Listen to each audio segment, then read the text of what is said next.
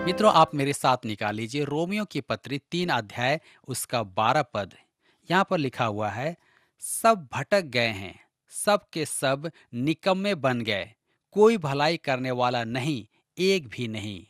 मेरे प्रियो, ध्यान दीजिए, उन्होंने बाहरी मार्ग पकड़ लिया है। उन्होंने उस मार्ग का त्याग कर दिया है जिसे वे जानते थे कि सही है।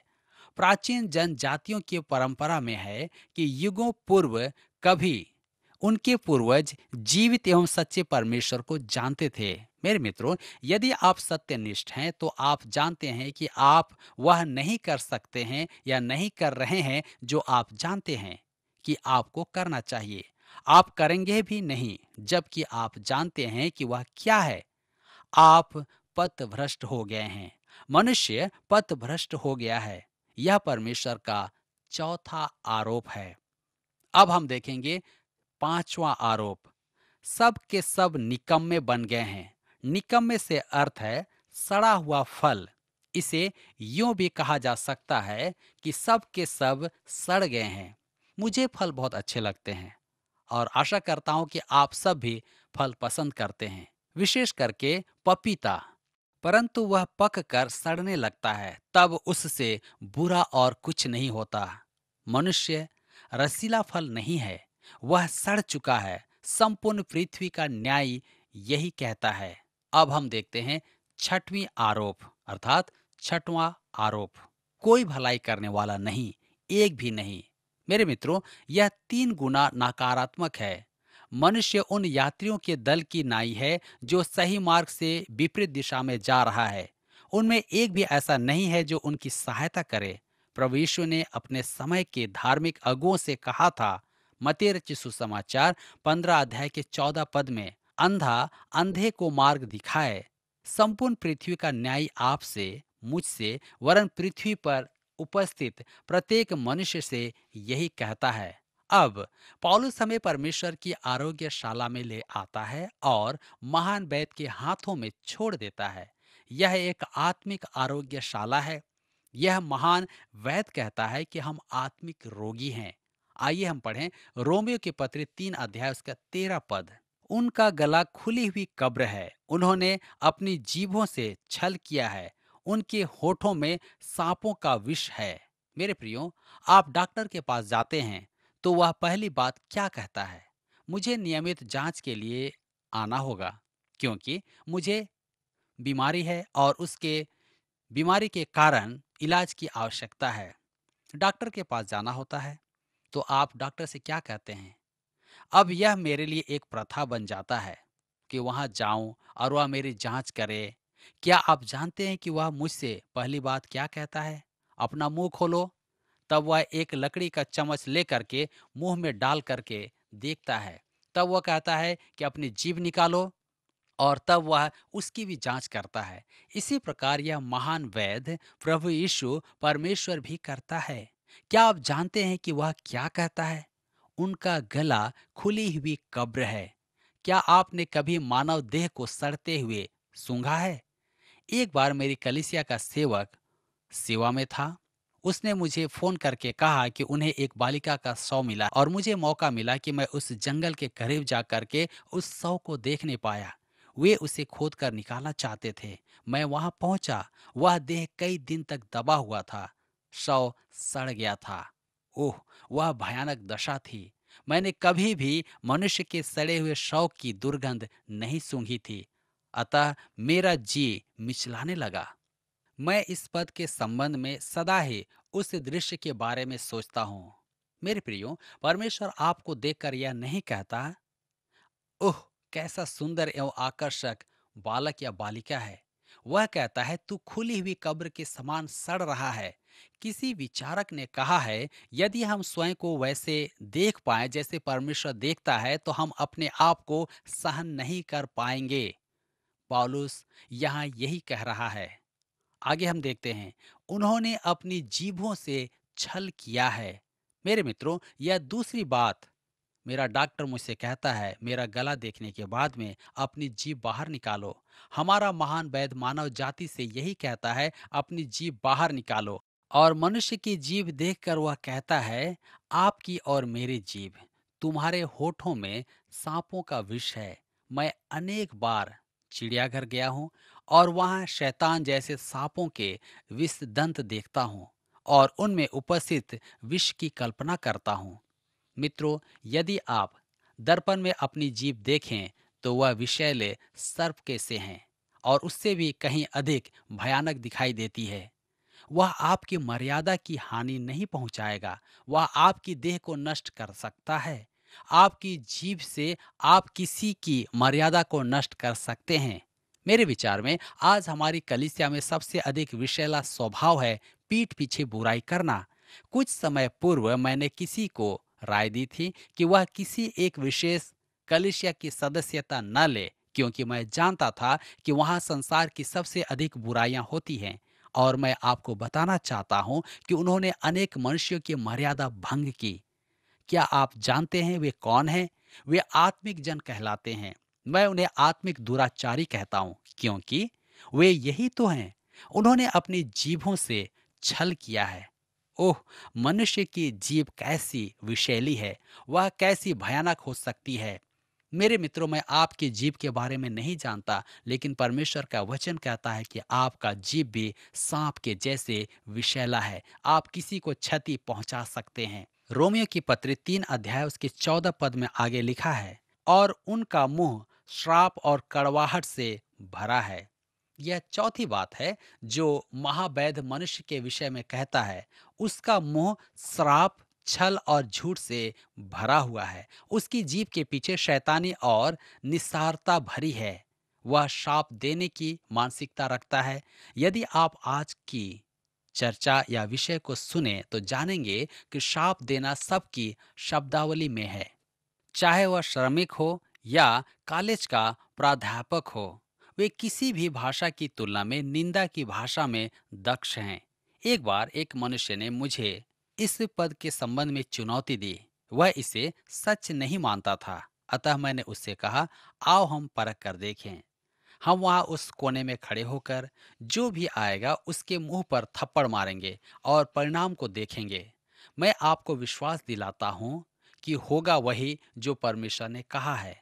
अब परमेश्वर पांचवी बात बताता है, अर्थात कहता है रोमियो की पत्री 3 अध्याय उसका 15 पद में, उनके पांव लोहू बहाने को फुर्तीले हैं।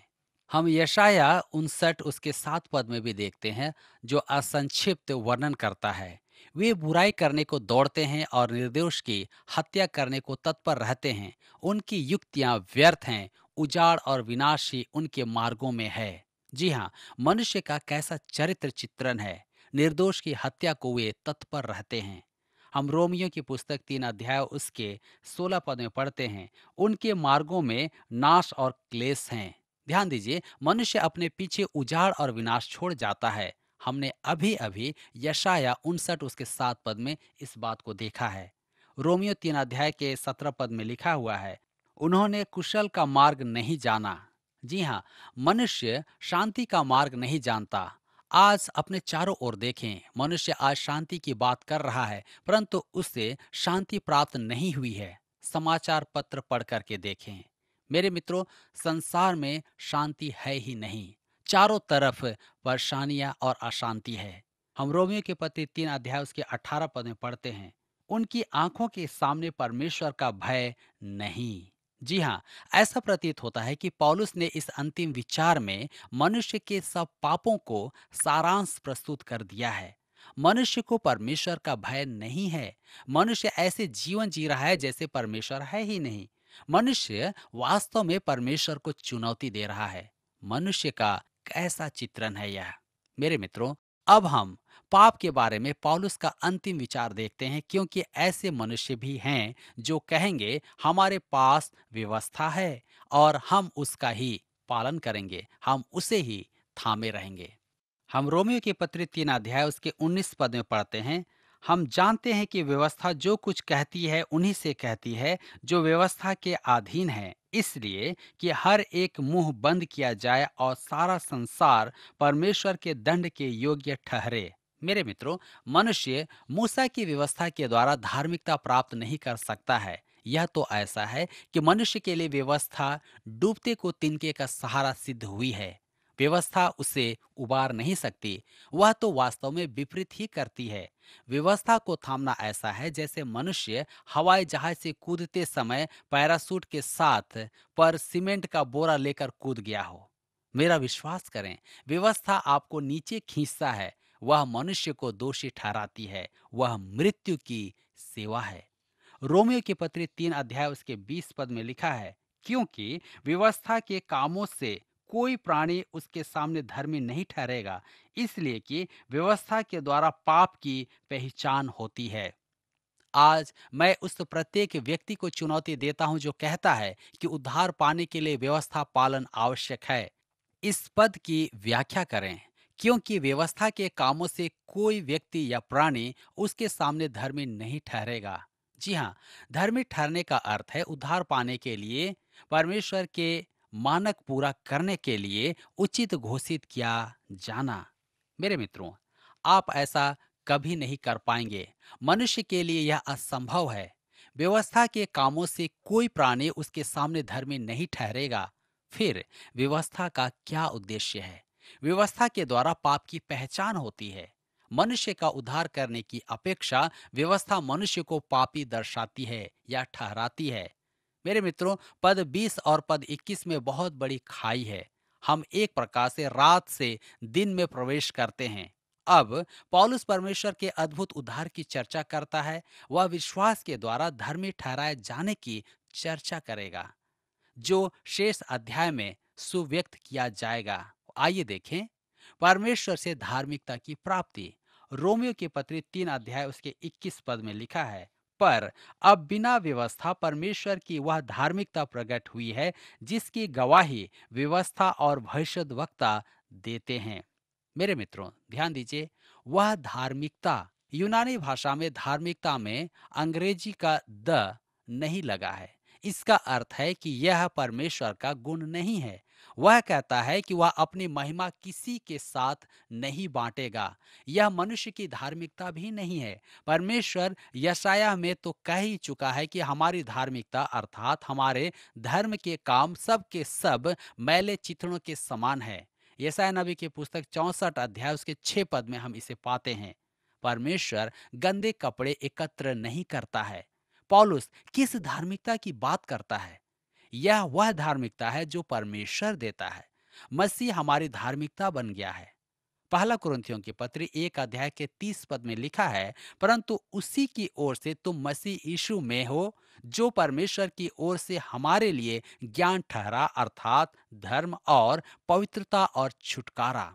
और तब दूसरा कुरिन्थियों के पत्री 5 अध्याय उसके 21 पद में लिखा है, जो पाप से अज्ञात था उसी को उसने हमारे लिए पाप ठहराया कि हम उसमें होकर परमेश्वर की धार्मिकता बन जाएं। जी हाँ, हमारे लिए यह जान लेना अत्यधिक महत्वपूर्ण है कि परमेश्वर ही है जो यह धार्मिकता हमें देता है। यह आपका और हमारा या मेरा प्रयास नहीं है, परंतु यह परमेश्वर हमें देता है। वह धार्मिकता जो परमेश्वर चाहता है वह देता भी है। मेरे प्रियो, यह वह धार्मिकता है जो व्यवस्था से अलग है। इसका अर्थ यह हुआ कि आप कुछ करके या विधि विधान का पालन करके इसे कमा नहीं सकते हैं। परमेश्वर की व्यवस्था का पालन करके भी। पहले तो आप यह जान ले कि आप व्यवस्था पालन नहीं कर सकते। परमेश्वर आपको व्यवस्था के द्वारा उद्धार नहीं दे सकता है, क्योंकि सीधी सी बात यह है कि आप उसके पालन में खरे नहीं उतर सकते हैं। परमेश्वर सिद्धता से कम कुछ भी स्वीकार नहीं करता है, और आप और मैं सिद्ध नहीं हो सकते हैं। इसलिए व्यवस्था द्वारा हमारा उद्धार असंभव है। यशायाह नबी की पुस्तक 53 अध्याय उसके 6 और 10 पद में लिखा है, हम तो सब के सब भेड़ों के समान भटक गए थे।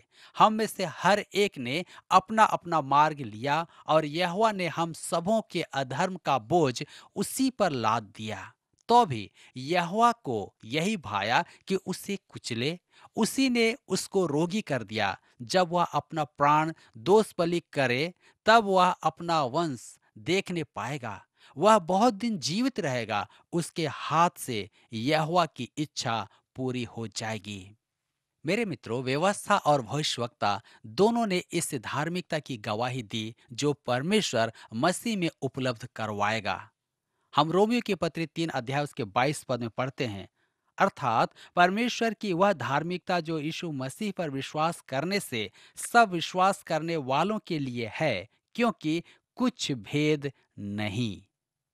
जब मैं युवा के रूप में परमेश्वर की सेवा करता था, तब सोचता था कि परमेश्वर का अनुग्रह को बहुत नीचे जाना पड़ेगा कि बड़े पापियों तक पहुंचे, परंतु छोटे पापियों तक पहुंचने के लिए नीचे जाने की आवश्यकता उसे नहीं होगी।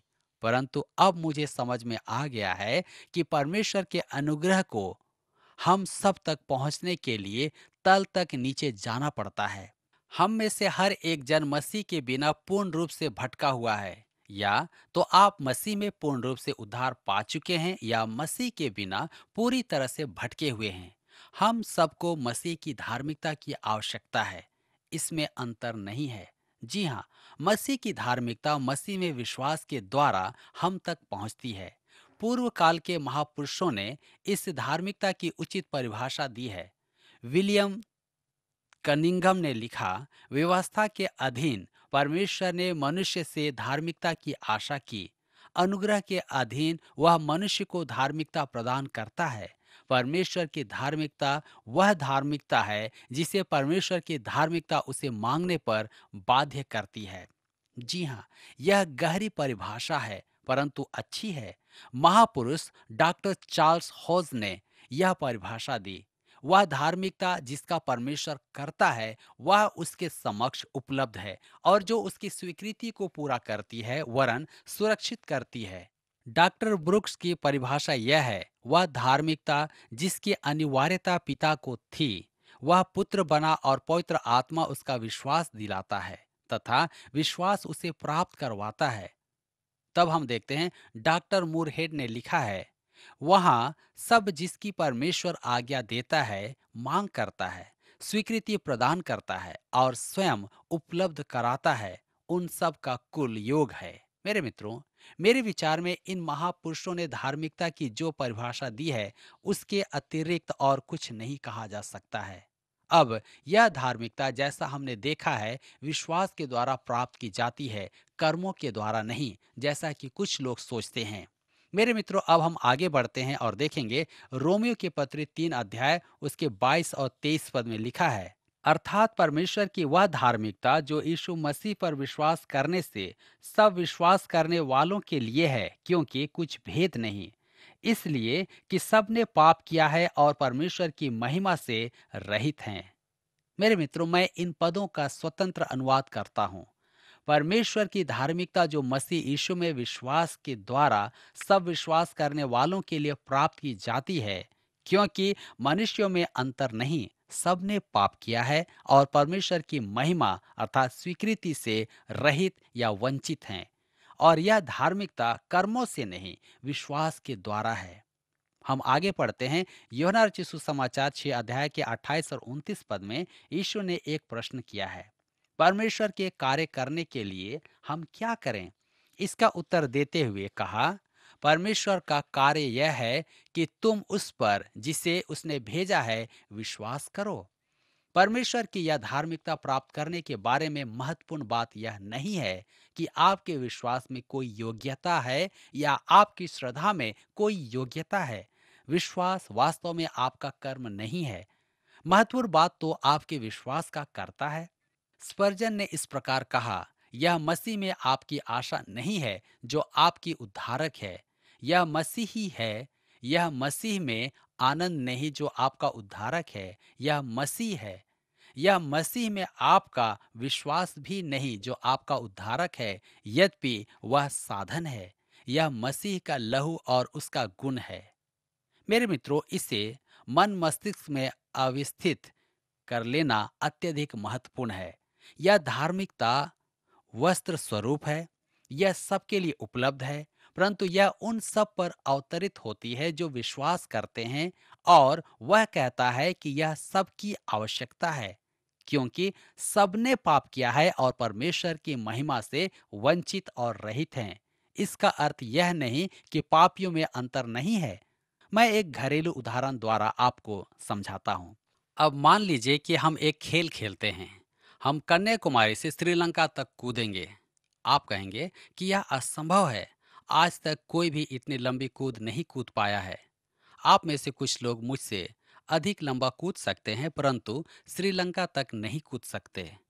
अब जो सबसे लंबा कूदेगा वह भीग कर फिर तैर कर किनारे आएगा।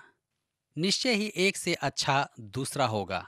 यह बचपना तो अवश्य है ही कि ऐसी कूद में भाग लें और कहें कि मैं आपसे अच्छा कूदता हूँ। मैं लगभग आधों से अच्छा हूँ, परंतु इससे अंतर क्या पड़ेगा? आप परमेश्वर की महिमा तक तो पहुंच ही नहीं पाए। मेरे मित्रों, हम पढ़ते हैं रोमियो की पत्री 3 अध्याय उसके 24 पद में, परंतु उसके अनुग्रह से उस छुटकारे के द्वारा जो मसीह यीशु में है, सेंत मेंत धर्मी ठहराए जाते हैं। ध्यान दीजिए, सेंत मेंत, यही शब्द यूहन्ना रचित सुसमाचार 15 अध्याय उसके 25 पद में आया है, जिसका अनुवाद वहां पर व्यर्थ किया गया है। हमारे प्रभु यीशु ने कहा कि उन्होंने उससे व्यर्थ बैर रखा, सेंतमेंत बैर रखा। उसका कोई आधार ही नहीं था। यहाँ पौलुस कहता है सेंतमेंत धर्मी ठहराए जाते हैं, अर्थात हमारे धर्मी ठहराए जाने का आधार ही नहीं है। परमेश्वर यह नहीं कहता, ओह वे कैसे भले मनुष्य हैं, मुझे उनके लिए कुछ अवश्य करना होगा। हम पहले देख चुके हैं कि हम में ऐसा कोई भी गुण नहीं है कि परमेश्वर की धार्मिकता प्राप्त करें। मेरे प्रियो, यह हमारी गहन आवश्यकता है कि हम निराधार धर्मी ठहराए जाते हैं। यह केवल उसका अनुग्रह है, अर्थात हमारी कोई विशेषता नहीं कि हम धर्मी ठहराए जाएं। अनुग्रह अनौपरिचित पक्ष प्राप्ति है। यह क्रियाशील प्रेम है उस छुटकारे के द्वारा जो मसीह यीशु में है। छुटकारा या मुक्ति जो परमेश्वर के अनुग्रह से जुड़ी हुई है। परमेश्वर द्वारा हमारे उद्धार का कारण यह है कि मसीह ने हमें मुक्ति दिलाई है। उसने हमारे लिए कीमत चुकाई है। वह हमें इसे उपलब्ध कराने के लिए क्रूस पर मर गया, सारे मानव जाति के लिए मर गया। विश्वास द्वारा धर्मी ठहराया जाना वास्तव में हमारे पाप हरण अर्थात क्षमादान से अधिक है। यह मसीह की धार्मिकता का हम में निवेश है। दूसरे शब्दों में, हम आदम की पूर्ववत अवस्था में ही नहीं लाए जाते, वरन मसीह में अव्यवस्थित किए जाते हैं कि अनंत जीवन तक, अनंत काल तक परमेश्वर की संतान हो जाएं। मेरे मित्रों, जॉन बनियन बहुत निराश था, क्योंकि उसे यह बोध हो गया था कि वह एक बहुत बड़ा पापी है जिसमें अपनी धार्मिकता थी ही नहीं। इस मनोदशा में उसने कहा, जब परमेश्वर ने मुझे जॉन बनियन का वह रूप दिखाया जो परमेश्वर देखता था, तब मैंने यह नहीं कहा कि मैं पापी हूँ, परंतु मैंने कहा कि मैं सिर के ऊपर से पांव के तलवे तक पाप हूँ। और बनियन के सामने यह समस्या खड़ी हो गई कि पापों की क्षमा पाने के बाद भी वह परमेश्वर के समक्ष कैसे स्थान प्राप्त करेगा। पौलुस के वचन जो उससे स्मरण आए वे फिलिपियों की पत्री 3 अध्याय उसके 9 पद से थे। लिखा था, और उसमें पाया जाऊं न कि अपनी उस धार्मिकता के साथ जो व्यवस्था से है, वरन उस धार्मिकता के साथ जो मसीह पर विश्वास करने के कारण है और परमेश्वर की ओर से विश्वास करने पर मिलती है। मेरे मित्रों, हम देखते हैं आगे, उसके अनुग्रह के द्वारा, जी हाँ, परमेश्वर के द्वारा हमारे उद्धार का मार्ग है। यह वह सोता है जहाँ से परमेश्वर का जीवन जल अनुग्रह के इस युग में प्रवाहित होता है। अतः परमेश्वर ने जो किया, अपना पुत्र मरने के लिए हमें दे दिया, अर्थात उसे इस जगत में भेज दिया। उसके द्वारा परमेश्वर अनुग्रह में होकर उद्धार कर पाता है। इफिसियों के पत्र 2 अध्याय उसके 4 और 5 पद में पौलुस कहता है, परंतु परमेश्वर ने जो दया का धनी है, अपने उस बड़े प्रेम के कारण जिससे उसने हमसे प्रेम किया, जब हम अपराधों के कारण मरे हुए थे, तो हमें मसीह के साथ जिलाया। अनुग्रह ही से तुम्हारा उद्धार हुआ है। पतरस ने इसराइल राष्ट्र से कहा, प्रेरितों के काम 4 अध्याय उसके 12 पद में, किसी दूसरे के द्वारा उद्धार नहीं, क्योंकि स्वर्ग के नीचे मनुष्यों में और कोई दूसरा नाम नहीं दिया गया जिसके द्वारा हम उद्धार पा सकें। जी हाँ, यह आज आपके लिए और मेरे लिए भी सत्य है, क्योंकि आकाश के नीचे पृथ्वी पर मनुष्यों में प्रभु यीशु के अलावे और कोई दूसरा नाम नहीं दिया गया जिसके द्वारा आज हम उद्धार प्राप्त कर सकते हैं। क्योंकि प्रभु यीशु मसीह हमारे पापों के लिए बलिदान हुआ। वह सारे मानव जाति के लिए बलिदान हुआ, किसी विशेष जाति, व्यक्ति विशेष के लिए नहीं। और इसलिए वचन में लिखा है कि जो कोई उस पर विश्वास करेगा वह उद्धार प्राप्त करेगा। जी हाँ, आज आपके लिए भी अवसर है कि आप उसे स्वीकार करें और उससे अपना उद्धारकर्ता और मुक्तिदाता ग्रहण करें, और निश्चय ही वह आपके जीवन में आशीषों की भरपूरी देंगे।